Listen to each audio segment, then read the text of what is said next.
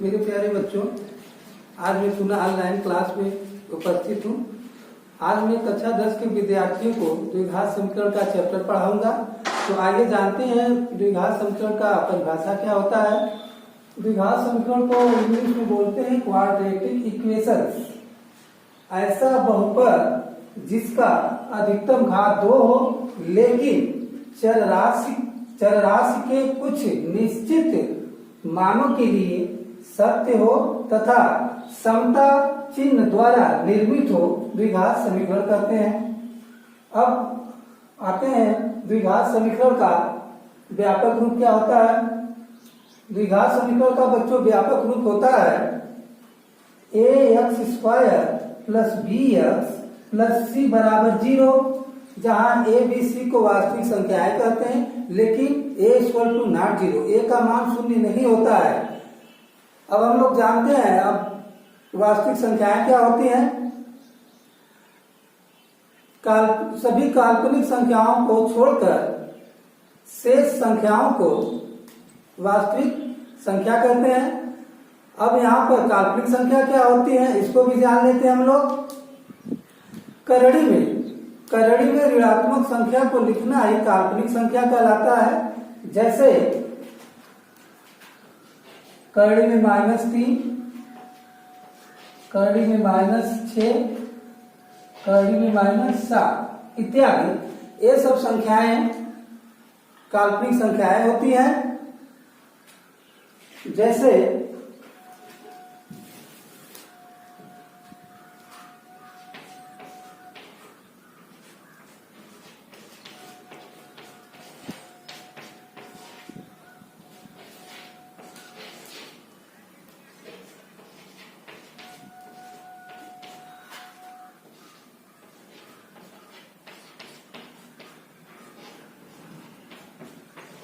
हम इन दोनों उदाहरणों के माध्यम से समझेंगे कि इसमें परिमेय तथा अपरिमेय संख्या क्या होती हैं। यहाँ पर जब हम वास्तविक संख्या निकालेंगे तो हमको मिलेगा a बराबर 1, b बराबर 5, c बराबर 6। तो इस द्विघात समीकरण में 1, 5, 6 ये सब परिमेय संख्या है। अब दूसरे एग्जाम्पल पे चलते हैं। यहाँ पर करड़ी में 3 है, 2 करड़ी में 3 है, करड़ी में 3 है, ये सब अपरिमेय संख्याएं होती हैं। तो कहने का मतलब कि जो द्विघात समीकरण होता है वह परिमेय तथा अपरिमेय संख्याओं का सम्मिलित होना जरूरी है। अब हम आगे चलते हैं।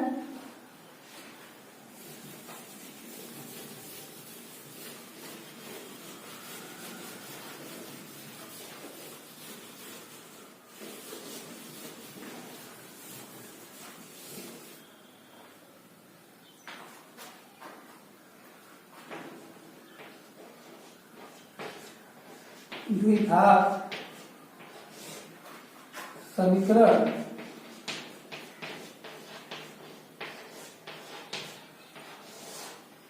समीकरण हल करने की विधि।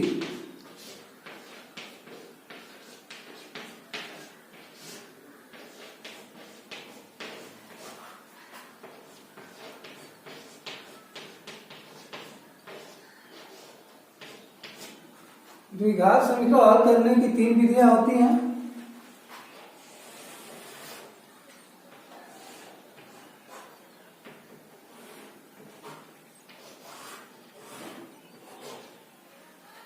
पहला होता है गुणनखंड विधि,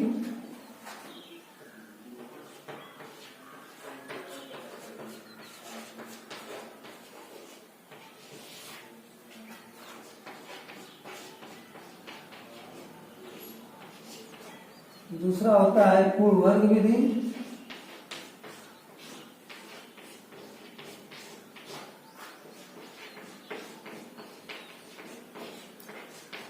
तीसरा होता है सूत्र विधि,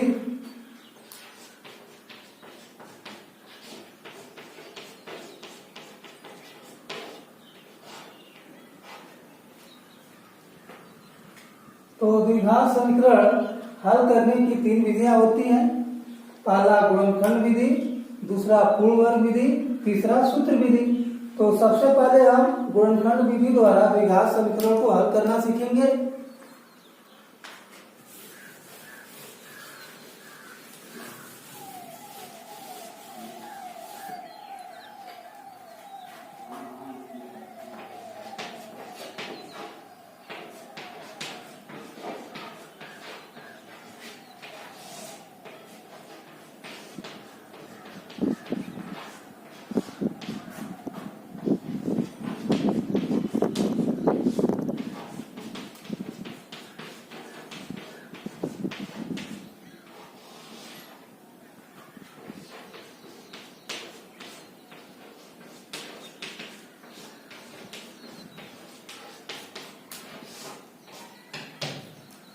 गुणनखंड विधि द्वारा समीकरण को हल करना, तो इसके लिए दो स्टेपों को जानना बहुत ही जरूरी है। तो दो स्टेपों में पहला स्टेप यही होता है, तो ऐसी संख्या बताइए जिसका गुणनफल इतना हो तथा योगफल इतना हो। दूसरा स्टेप इसका यह होता है कि हम उन दो संख्याओं में कौन सा चिन्ह लगाए, दोनों संख्याओं में हम लोग किसका चिन्ह लगाए। तो आइए उदाहरण के माध्यम से इसको समझते हैं।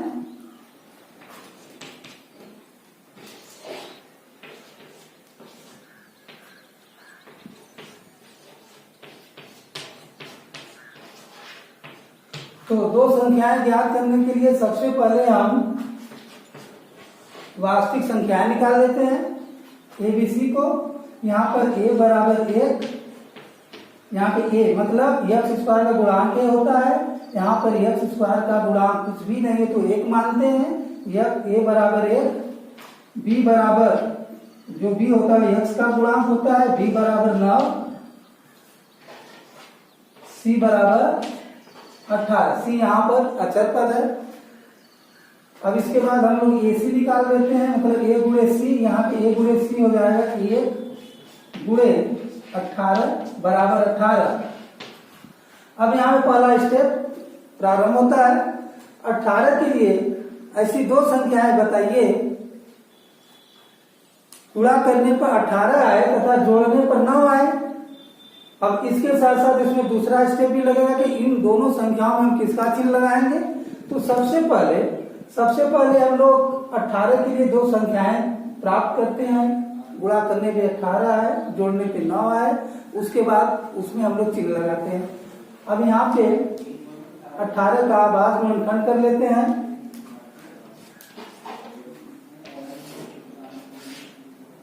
पहले 2 से कटेगा, 2 9 18।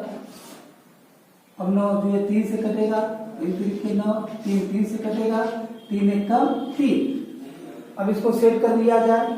यदि हम इसको ले, अब 2 को ले लें और 3 3 को ले लें, 2 3 3 के 9, 2 और 9। अब ट्राई कर लेते हैं। 2 में 9 का गुणा करेंगे तो 18 आएगा और 2 में 9 जोड़ेंगे तो 11 आ जाएगा। यह संख्या नहीं होगी। अब आगे ट्राई कर लेते हैं। अब 2 3 को साथ में लेते हैं तो यह हो जाएगा 6। 2 में 3 का गुणा कर देंगे 6, यह पहली संख्या हो जाएगी। और दूसरी संख्या 3, 6 और 3 से ट्राई करते हैं। 6 का गुणा 3 में करेंगे तो 18 आ जाएगा। 6 में 3 जोड़ देंगे तो 9 आ जाएगा। तो कहने का मतलब वह दो संख्याएं मिल गई। गुणा करने पर 18 आए, जोड़ने पे 9 आए, तो वह दो संख्याएं 6 और 3 है। 6 में 3 का गुणा करेंगे 18 आएगा, 6 में 3 जोड़ेंगे तो 9 आएगा। ये आपका पहला स्टेप मिला। अब आते हैं हम लोग दूसरे स्टेप में। दूसरे स्टेप में इन दोनों संख्याओं के साथ कौन सा चिन्ह लगेगा।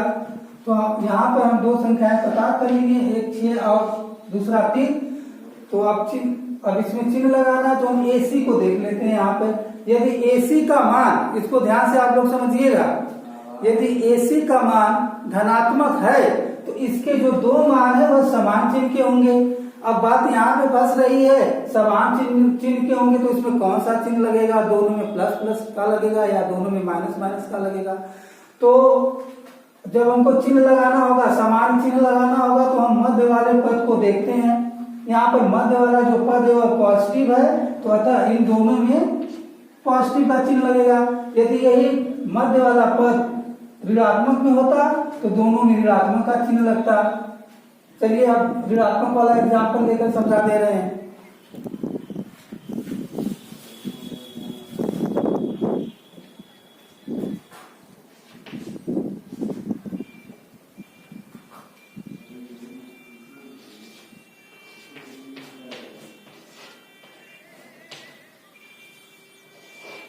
अब यहाँ पर हमें दो संख्याएं लेनी है, गुणा करने में -10 आए, जोड़ने में -3।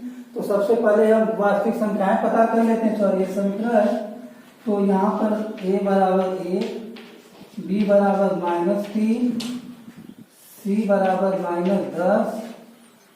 अब यहाँ पे ac निकाल लेते हैं। ac मतलब a गुणे c बराबर -10। अब हमें -10 के लिए ऐसी दो संख्याएं लेनी है, गुणा करने पे -10 आए, जोड़ने पे -3 आए। तो सबसे पहले हम सिंपल तरीके से 10 के लिए ऐसी दो संख्याएं लेंगे कि गुणा करने में 10 है, जोड़ने पे 3 है। तो बाद में हम लोग चिन्ह लगा देंगे। तो चलते हैं। अब 10 का आभार गुणनखंड कर लेते हैं। 10 2 से कटेगा, यह 5 हो जाएगा। फिर 5 से कटेगा, यहाँ पर 1 आ जाएगा। तो यहाँ पे सिंपल तरीके से हमको 2 और 5 मिला। तो अब 2 में 5 का गुणा करेंगे तो 10 आ जाएगा। मतलब 2 में 5 हम जोड़ेंगे, विपरीत चिन्ह लगा करके तो 3 मिल जाएगा। अब यहाँ पर दो संख्याएं एक तरह से हम प्राप्त कर लिए हैं, 2 और 5। लेकिन यह अभी सही नहीं है। अब यहाँ पे हमको चिन्ह लगाना है, किस संख्या के साथ किसका चिन्ह लगेगा। देख, यहाँ पे समझिएगा, जब AC का मान ऋणात्मक हो तब इसके दो मान विपरीत चिन्ह के होते हैं। अब विपरीत चिन्ह के होते हैं, किस संख्या के साथ किसका चिन्ह लगेगा। हम यहाँ पे मध्य वाले पद को देख लेते हैं। मध्य वाला पद ऋणात्मक में है तो बड़ी वाली संख्या के साथ ऋणात्मक का चिन्ह लगा देंगे और छोटी वाली संख्या के साथ 10 का चिन्ह लगा देते हैं। अब ट्राई करते हैं। अब हमें प्रश्न क्या था कि -10 के लिए ऐसी दो संख्या बताइए, गुणा करने पर -10 आए और जोड़ने पर -3 आए। तो वह दो संख्या हम प्राप्त कर चुके। पहला +2, दूसरा -5। जब हम +2 का गुणा -5 में करेंगे तो हमें -10 मिल जाएगा। जब हम +2 में -5 को जोड़ेंगे तो हमें -3 मिल जाएगा। तो कहने का मतलब, आप गुणनखंड विधि द्वारा समीकरण को हल तभी कर सकते हैं जब आपको यह पता हो जाए कि ऐसी दो संख्याएं क्या हैं, इसका गुणा करने पर इतना आए और जोड़ने पर इतना आए और उन दोनों संख्याओं में कौन सा चिन्ह लगेगा। तो चलते हैं और कुछ उदाहरण लेकर के हम लोग इसको समझते हैं।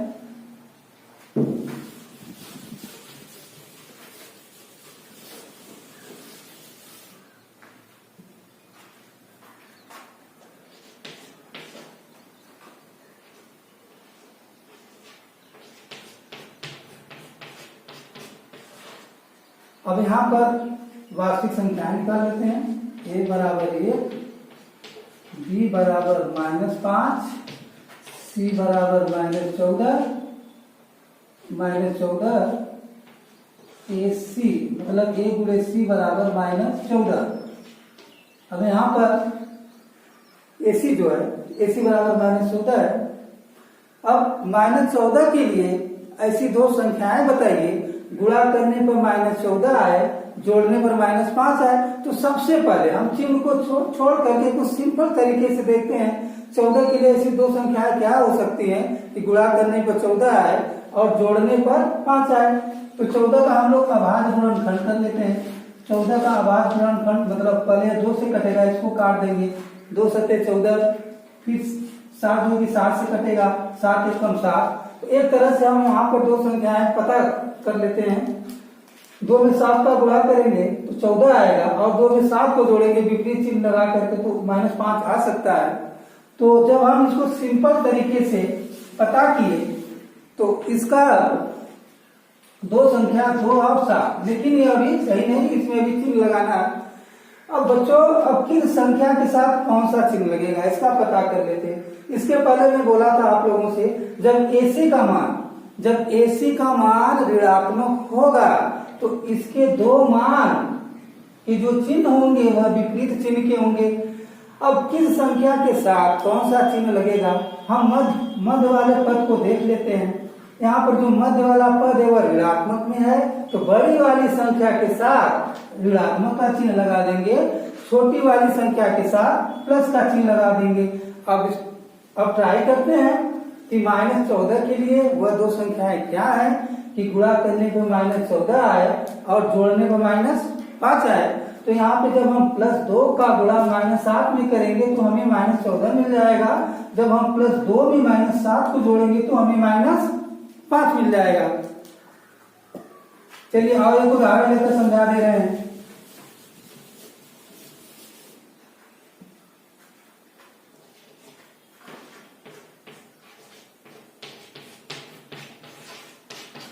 यहाँ पर भी हम लोग वार्षिक संख्याएं निकालते हैं। a बराबर 1 चिन्ह से एक वार्षिक संख्याओं को निकालते हैं। b बराबर -5, c बराबर 6, ac का मतलब 1 गुणे c, मतलब a में c का गुणा कर देंगे, 1 गुणे 6 बराबर 6। तो यहाँ पर 6 के लिए ऐसी दो संख्याएं लेनी है, गुणा करने पर 6 प्राप्त हो तथा जोड़ने पर -5 प्राप्त हो। तो सबसे पहले हम लोग सिंपल तरीके से 6 का आभास गुणनखंड करेंगे। 2 3 या 6, 3 एकम 3। एक तरह से वह दो संख्याएं हो सकती हैं 2 और 3।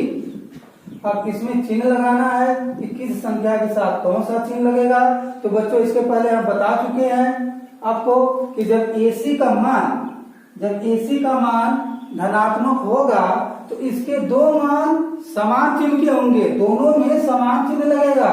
अब दोनों में समान चिन्ह लगेगा तो किसका लगेगा, प्लस प्लस का लगेगा या माइनस माइनस का लगेगा। तो आप बीच वाले पद को देखोगे, बीच वाला पद ऋणात्मक में है तो दोनों संख्याओं के साथ हम ऋणात्मक का चिन्ह लगा लेंगे। अब ट्राई करते हैं। जब हम -2 का गुणा -3 में करेंगे तो हमें +6 मिलेगा। जब हम -2 में -3 को जोड़ेंगे तो हमें -5 मिलेगा। तो यह रहा एग्जाम्पल। तो मेरे कहने का मतलब यह था कि आप गुणनखंड विधि द्वारा समीकरण को हल तभी कर सकते हैं जब तक आपको दो संख्याओं का योग पता हो और वही दो संख्याओं का गुणनफल पता हो। कहने का मतलब प्रश्न ऐसे हो सकता है, ऐसी दो संख्याएं बताइए जिसका गुणनफल इतना हो तथा योगफल इतना हो। तो यह जानना बहुत जरूरी है। इसके जानने के बाद ही आप द्विघात समीकरण के चर राशियों का मान निकाल सकते हैं।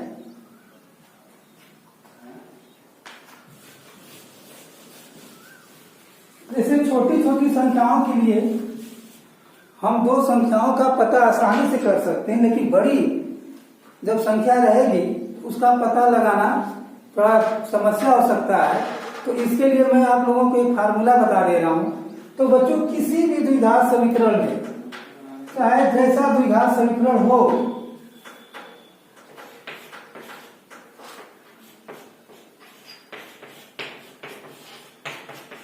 पहले छोटा उदाहरण लेकर समझा दे रहे हैं। किसी भी द्विघात समीकरण में द्विघात समीकरण चाहे जैसा हो, छोटा हो बड़ा हो, तो उन दो संख्याओं का पता करने के लिए मैं आपको एक सूत्र बता दे रहा हूं। तो किसी भी द्विघात समीकरण में दो चीज आपको हमेशा मिलेगा, दो संख्याओं का गुणनफल तथा दो संख्याओं का योगफल। यह दो जो बातें हैं वह हर द्विघात समीकरण में मिलता है। दो संख्याओं का गुणनफल तथा दो संख्याओं का योगफल। तो यहाँ पर यदि हम दो संख्याओं का अंतर पता कर ले, मतलब दो संख्याओं का अंतर a - b पता कर ले, तो हम दो संख्याएं आसानी से निकाल सकते हैं। तो इसके लिए सूत्र होता है, जब किसी भी द्विघात समीकरण में दो संख्याओं का गुणनफल प्राप्त हो और दो संख्याओं का योगफल प्राप्त हो, तो दो संख्याओं का अंतर ज्ञात करने का सूत्र मैं यहाँ पर लिख दे रहा हूँ। a - b का होल स्क्वायर बराबर ए प्लस बी का होल स्क्वायर माइनस 4ab। इस सूत्र से द्विघात समीकरण के दो मानों को आप आसानी से निकाल सकते हैं। जैसे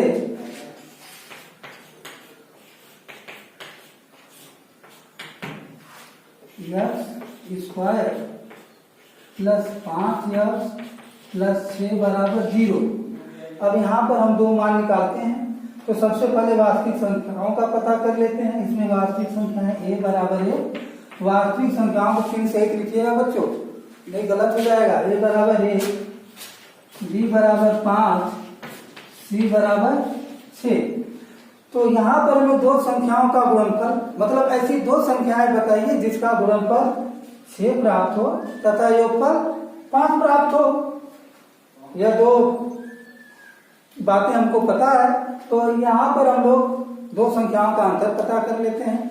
तो अभी अभी मैंने बताया है दो संख्याओं का अंतर आप लोग कैसे प्राप्त करोगे। दो संख्याओं का अंतर प्राप्त करने के लिए फार्मूला है a माइनस बी का होल स्क्वायर बराबर a प्लस बी का होल स्क्वायर माइनस 4ab। तो इस समीकरण की सहायता से दो संख्याओं का गुणनफल क्या आना चाहिए 6 तथा दो संख्याओं का योगफल क्या आना चाहिए 5। तो यहाँ पर हम दो संख्याओं का अंतर पता कर लेते हैं।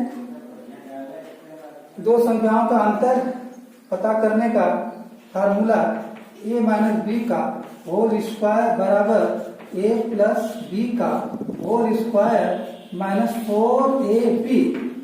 अब इसमें सब मान को रख देते हैं। a माइनस बी निकालना है, दो संख्याओं का अंतर पता करना है, यह जो का त्यों रहेगा। a माइनस बी का होल स्क्वायर बराबर a प्लस बी, दो संख्याओं का योगफल क्या आना चाहिए 5। a प्लस बी के स्थान पे हम 5 रखेंगे, यह 5 का होल स्क्वायर माइनस 4ab। दो संख्याओं का गुणनफल क्या आना चाहिए 6, तो यहाँ पर 6 लिख दिया। अब a माइनस बी का होल स्क्वायर बराबर 5 का वर्ग यहाँ पे 25 हो गया, माइनस 60 से 24 माइनस कर लेते हैं। a माइनस बी का होल स्क्वायर बराबर 25 माइनस 24 1 आएगा। a माइनस बी का होल स्क्वायर बराबर 1, तब a माइनस बी बराबर यहाँ पर 1 का वर्गमूल ले लेंगे, 1 का वर्गमूल 1। दो संख्याओं का अंतर हमें पता हो गया। अब हमें दो संख्याएं निकालनी थी, तो हम a प्लस बी और a माइनस बी को हल कर देंगे। कहने का मतलब दो संख्याओं के योगफल तथा दो संख्याओं के अंतर को हल कर देते हैं। यहाँ पर दो संख्याओं का योगफल a प्लस बी बराबर 5 है, a माइनस बी बराबर 1 है, तो ये मिलेगा।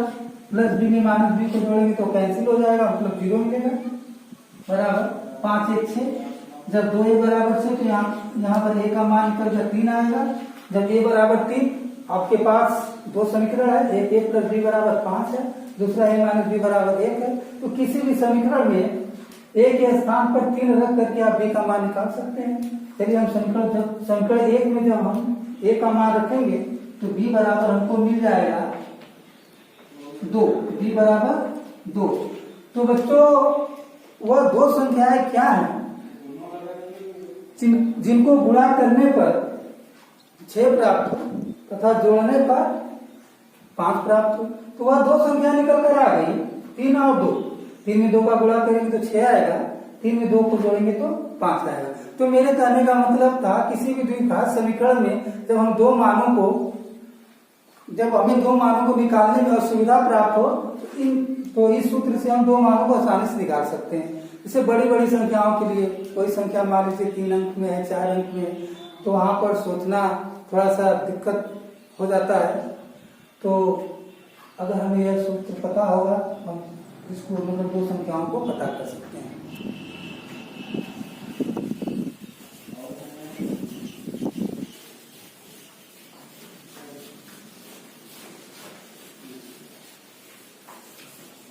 चलते एक और उदाहरण लेकर आप लोगों को समझा दे रहे हैं।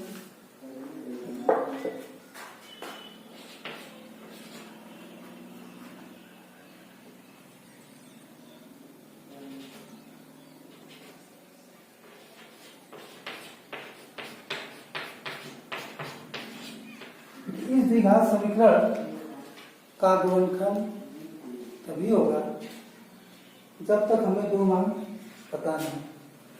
तो मैंने इसके पहले भी बताया कि दो मान कैसे प्राप्त करते हैं, सूत्र विधि द्वारा बता दिया इसका मान कैसे प्राप्त करते हैं। चलिए सूत्र विधि से इसके दो मान को हम लोग निकालते हैं। तो यहाँ पर सबसे पहले वार्षिक संख्याओं को लिखेंगे।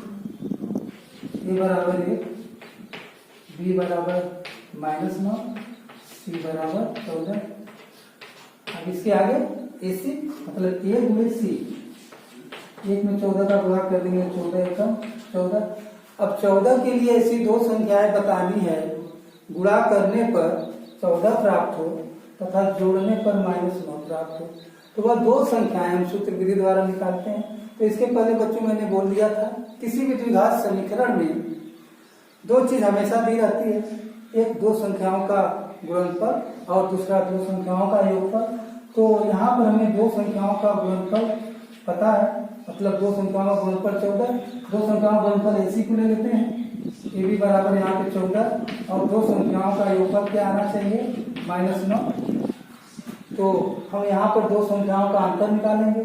दो संख्याओं का अंतर याद करने का सूत्र होता है a - b का होल स्क्वायर बराबर a + b का होल स्क्वायर -4ab। इस सूत्र में हम मान रखते हैं a - b का होल स्क्वायर बराबर a + b, दो संख्याओं का योगफल -9 है। यहाँ पे 3 से ही मान को रखेंगे, -9 का होल स्क्वायर -4ab। ये भी यहाँ पर क्या है, दो संख्याओं का गुणनफल, दो संख्याओं का गुणनफल कितना आना चाहिए 14। तो यहाँ पे हम 14 को रख देते हैं। a - b का होल स्क्वायर बराबर -9 का वर्ग 81। सभी ऋणात्मक संख्याओं का वर्ग हमेशा पॉजिटिव होता है।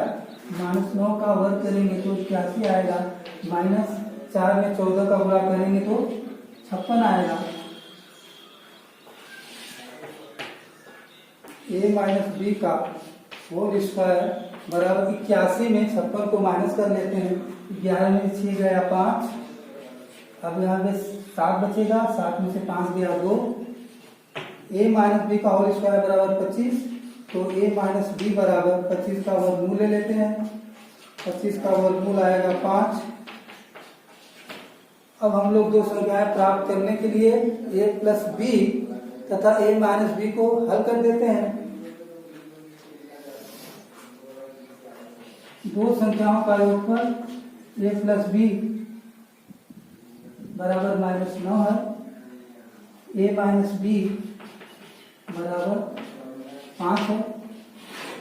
a में a को जोड़ेंगे 2a आएगा, प्लस b में -b को जोड़ेंगे तो कैंसिल अर्थात 0 आएगा। -9 में +5 को जोड़ेंगे तो -4 आएगा। 2a बराबर -4, तब a बराबर -2 मिल जाएगा। -4 में 2 का भाग कर देंगे तो -2 मिल जाएगा। अब हमें b का मान निकालना है, तो हमारे पास दो समीकरण है। चाहे आप पहले समीकरण में a का मान रख करके b का मान निकालिए या फिर दूसरे समीकरण में a का मान रख करके b का मान निकालिए। चलते हम पहले समीकरण में a का मान रख देते हैं। जब हम पहले समीकरण में a का मान रखेंगे तो ये हो जाएगा -2 + b बराबर -9 और -2 को पक्षांतर कर देंगे। जब हम -2 को पक्षांतर कर देंगे -2 आ जाएगा तो +2 हो जाएगा। -9 अब +2 मिल जाएगा -7।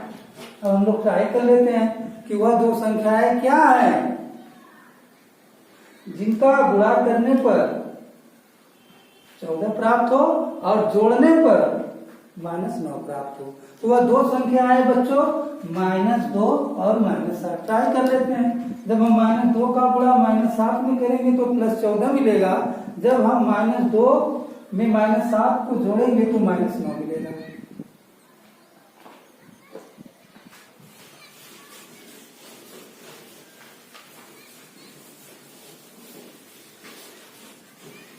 बच्चों आप घर पे अभ्यास करेंगे तो गणित आप लोगों को अच्छा समझ में आएगा, क्योंकि गणित अभ्यास पर निर्भर है। जितना आप लोग अभ्यास करेंगे उतना ही आप गणित में महारत हासिल कर लेंगे।